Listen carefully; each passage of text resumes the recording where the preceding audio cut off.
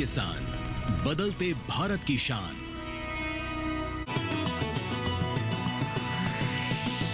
DD किसान, बदलते भारत की शान।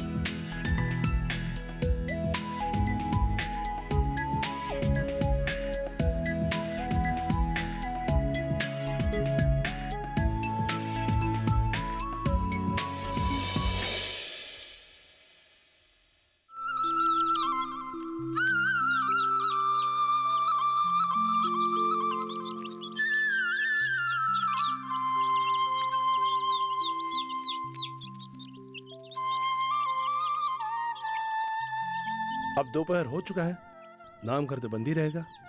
फिर भी बाहर से एक बार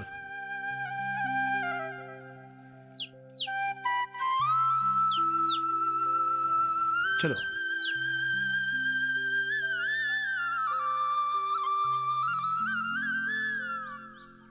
अच्छा तो नीलकांत, हम चलते हैं। खबर देते रहना, अगर कुछ तकलीफ होगा तो बताना, हमसे जितना हो सके मदद करेंगे। ठीक है, जरूर बताऊंगा। अच्छा तो ये योग शिविर की बात याद रखना, अगर शिविर होगा तो लोगों का उपकार होगा। तुम लोग उसकी चिंता मत करो, मैं आज ही गांव के मुखिया को बुलाकर सब कुछ बातचीत कर लूंगा और स्कूल के हेडमास्टर को भी बुलाऊंगा और मैं सब कुछ अरेंज करके तुम लोगों को फोन करूंगा। तो ठीक है? हाँ ठीक है, तब हम चलते हैं। ठीक है, ठीक है।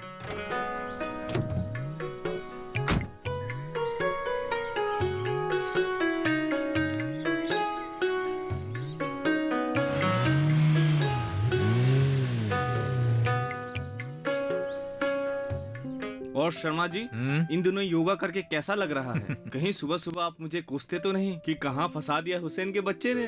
कैसी बातें करते हो हुसैन भाई। सच कहूं तो योगा करके मुझे बहुत ही अच्छा लग रहा है। शरीर में मानो एक जान सी आ गई है। काफी एनर्जेटिक फील कर रहा हूं। आजकल जल्दी उठना पड़ता है, इसलिए रात को भी जल्दी ही सो जाता हूं। पहले तो खाने पीने में कोई फिक्स टाइम नहीं था, आजकल लाइफ एक सिस्टम में चल रहा है।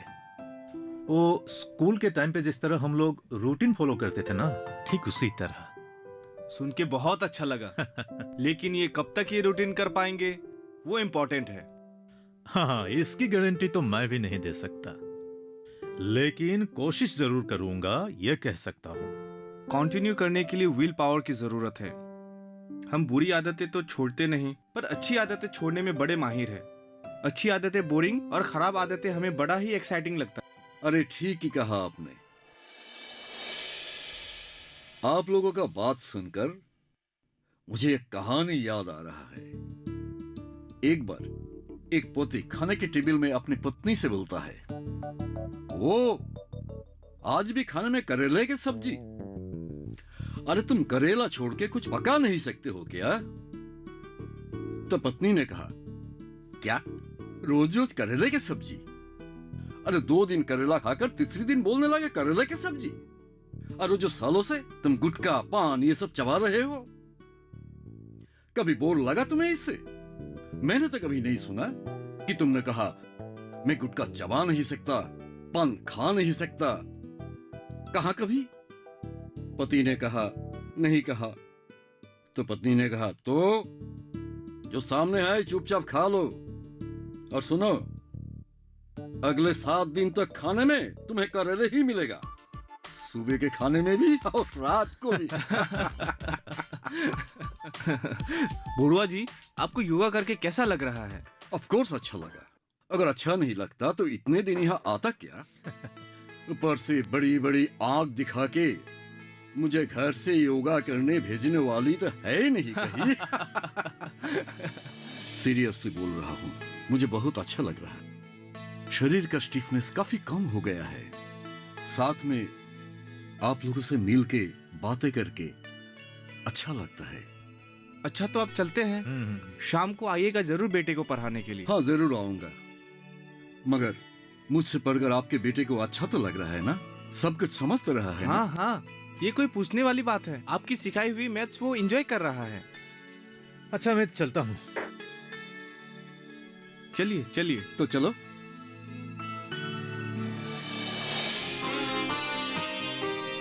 अरे रीना, हाँ। पापा आजकल हर 2 दिन के बाद शाम को कहाँ जाते हैं? ट्यूशन। ट्यूशन? क्यों? पापा कोई एग्जाम देने वाले हैं क्या? पागल हो गए हो क्या? पापा क्यों एग्जाम देंगे? ट्यूशन मतलब किसी और को पढ़ाते हैं। कोई दोस्त का लड़का है, 10th का लड़का है, और पापा मैथ्स पढ़ाता है। मर गया बेचारा। क्यों, ऐसा क्यों बोल रहे हो? पापा को मैथ्स पढ़ाना नहीं आता है क्या? पापा मैथ्स में उस्ताद है, वही तो प्रॉब्लम है। अगर पापा सिखाने के बाद उसको 2-3 बार में मैथ्स समझ में नहीं आता है तो पापा को गुस्सा आने लगेगा। उस मैथ्स के कारण ना जाने मुझे कितना मार खाना पड़ा था। तुम उसके खुद के बेटे हो, इसलिए मारते थे। दूसरों के बेटे को भला क्यों मारेंगे? वो भी बात है। हम्म।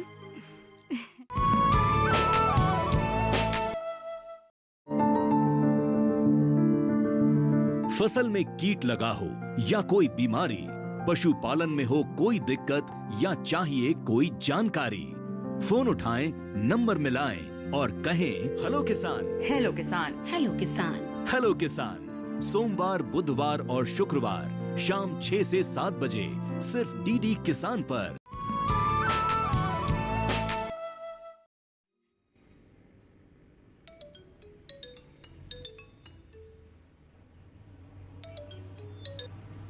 हाँ कौन?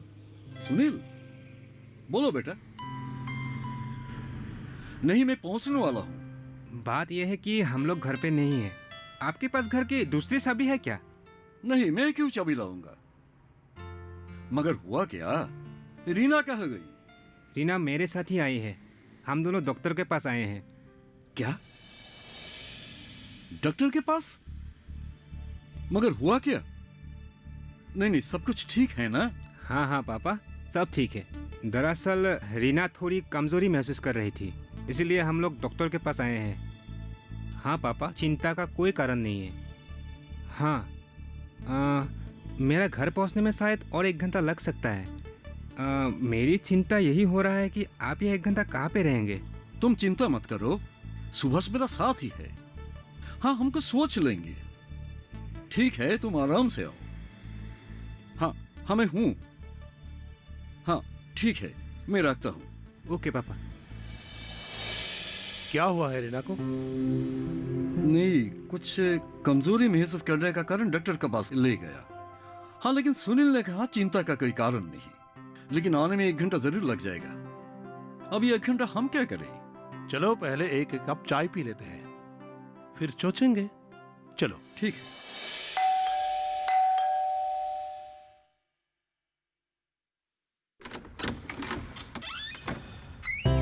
अरे आओ आओ, बैठो बैठो।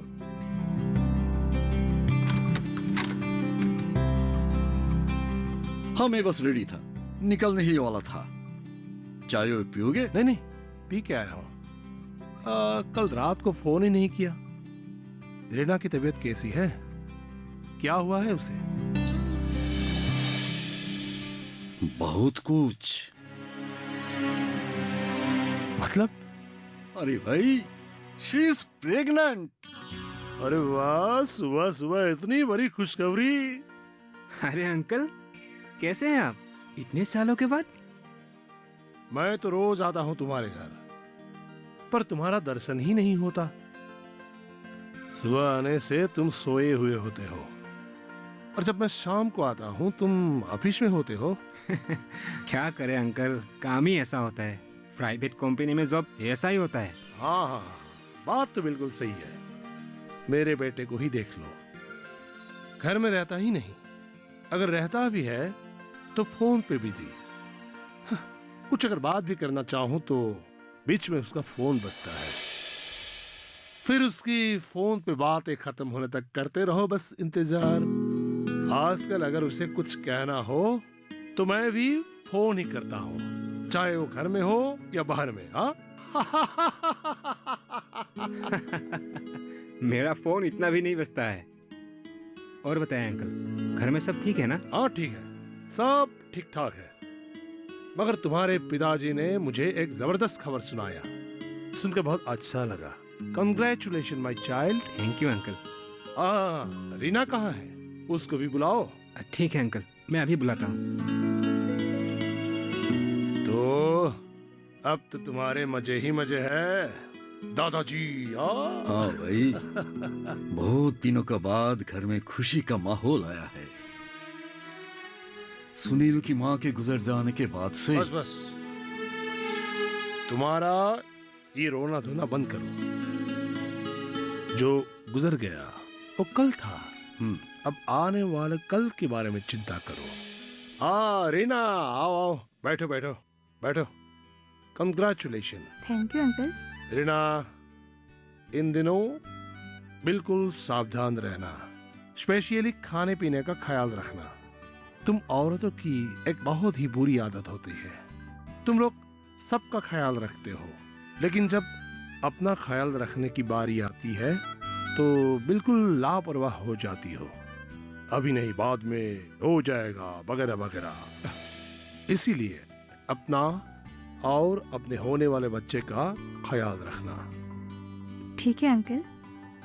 और एक बात, हो सके तो थोड़ा सा योगा करना।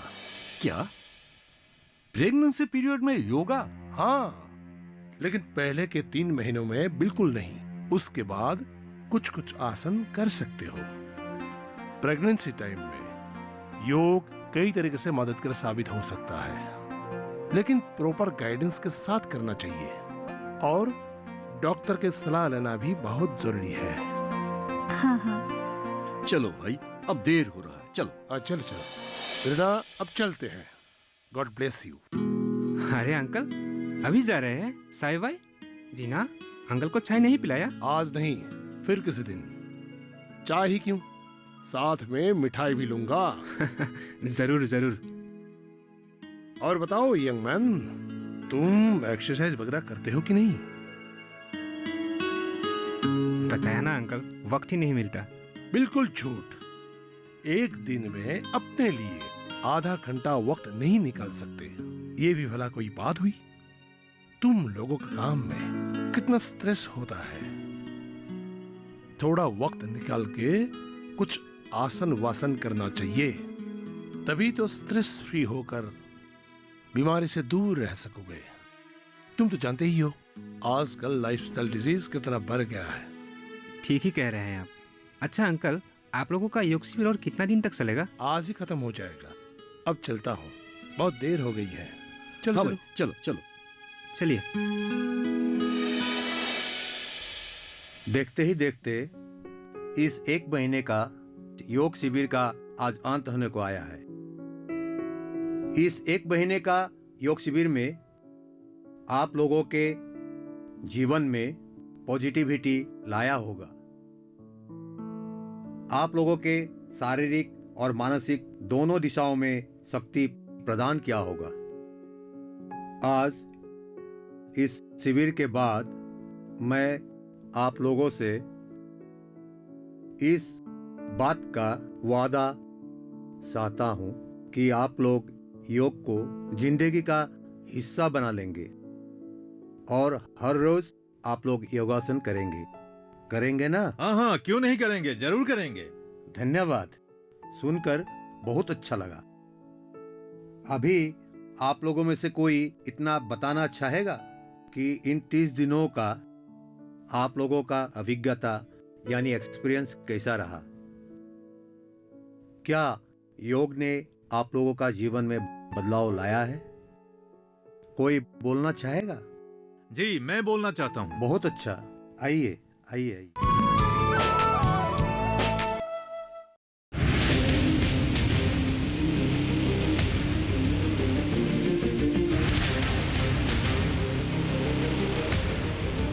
जब तपती है धरती सूरज उगलता है आग, ठंड में जब सर्दी जमा देती सबके हाल, सब छुप जाते अपने अपने घरों में, तब बाहर निकलता सिर्फ एक इंसान, भरने के लिए हम सबका पेट, खून को पसीने की तरह देता बहा, थक जाता, झुलस जाता, हो जाता बीमार, तब उसकी सेहत का ध्यान रखता सिर्फ डीडी किसान।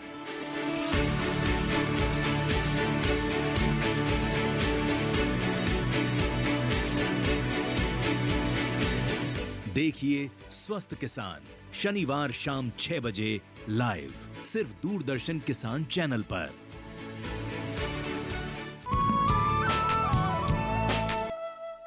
नमस्कार, मेरा नाम रक्तिम शर्मा है। मैं एक बिजनेसमैन हूं। इससे पहले मैं एक इंश्योरेंस कंपनी में नौकरी किया करता था, पर उसमें जॉब सेटिस्फेक्शन बिल्कुल नहीं था तो सिर्फ प्रेशर। हाँ, रुपया कमाया, लेकिन पर्सनल लाइफ नाम की कोई चीज मेरी जिंदगी में नहीं थी। मैं अपने फैमिली को बिल्कुल समय नहीं दे पा रहा था। जब भी घर पे था, मुझे बिजनेस कॉल्स अटेंड करने पड़ते थे, तो इसलिए मैंने नौकरी छोड़ने का फैसला किया और अपनी बिजनेस शुरू किया। लेकिन मैंने जैसे सोचा था, बिजनेस में वैसा बिल्कुल नहीं हुआ।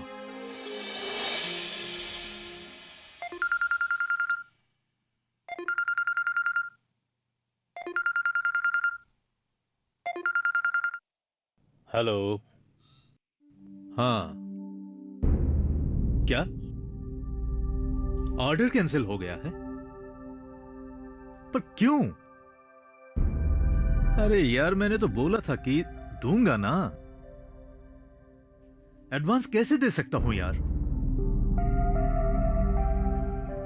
हाँ सुनो, एक हेलो हेलो हेलो।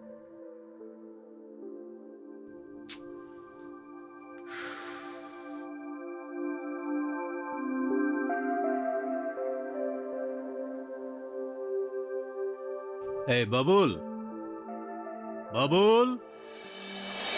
सर, एक काम कर, एक हाफ लेके आना। हाँ, ठीक है सर। और साथ में नाश्ता भी लेके आना।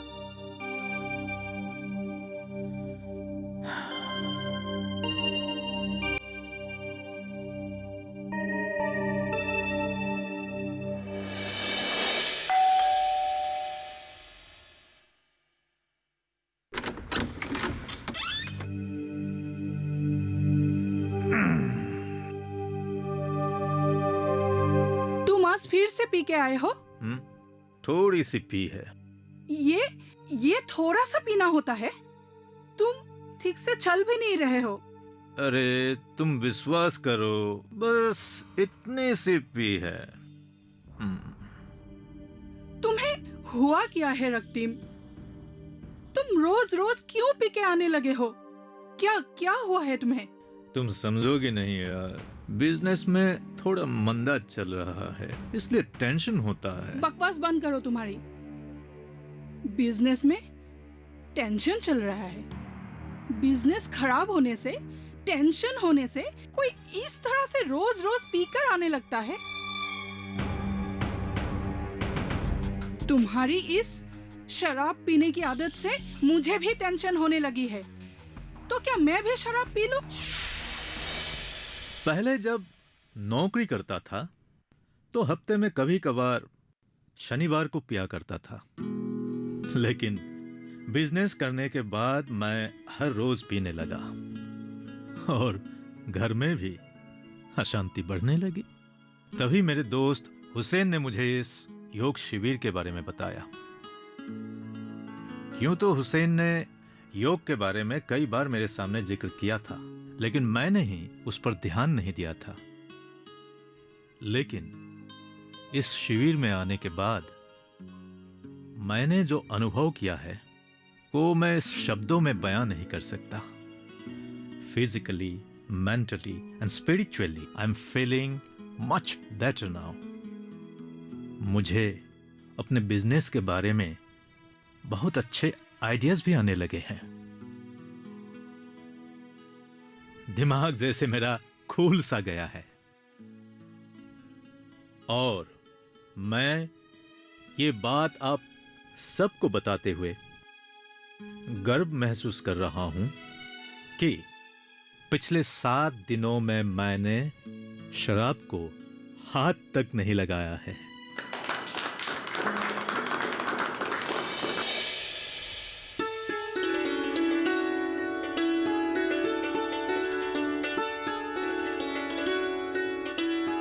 रক্তিम शर्मा जी ने अपने अनुभव के बारे में आप लोगों के सामने व्यक्त किया है। उन्होंने बहुत सी बातें बिना छिपाए बेझिझक हम लोग को बताया। उनके लिए एक बार फिर जोरदार तालियां। और कोई कुछ बताना चाहेगा?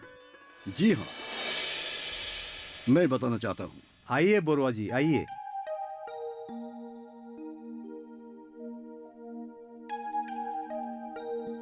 नमस्कार,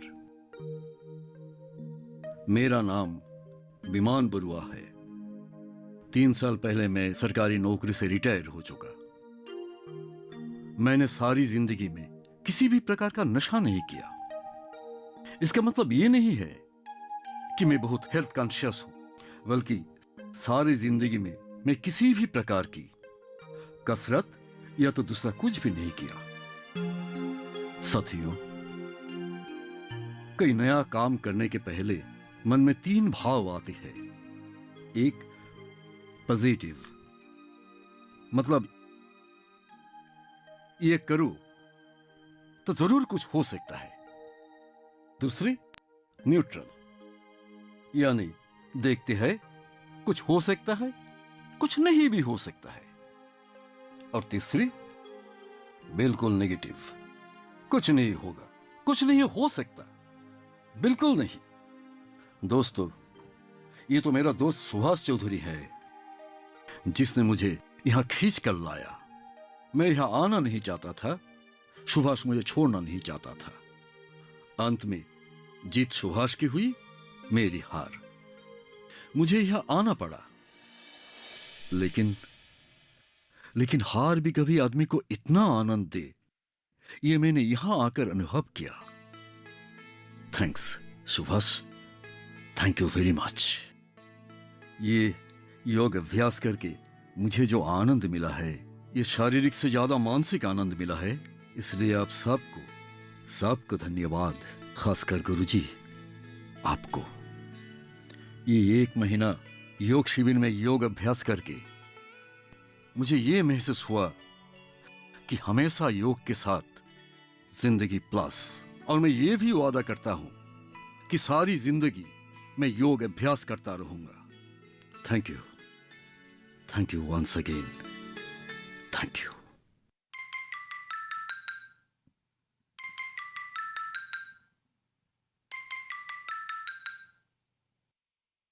हेलो अंकल। हेलो, विमान सो रहा है क्या?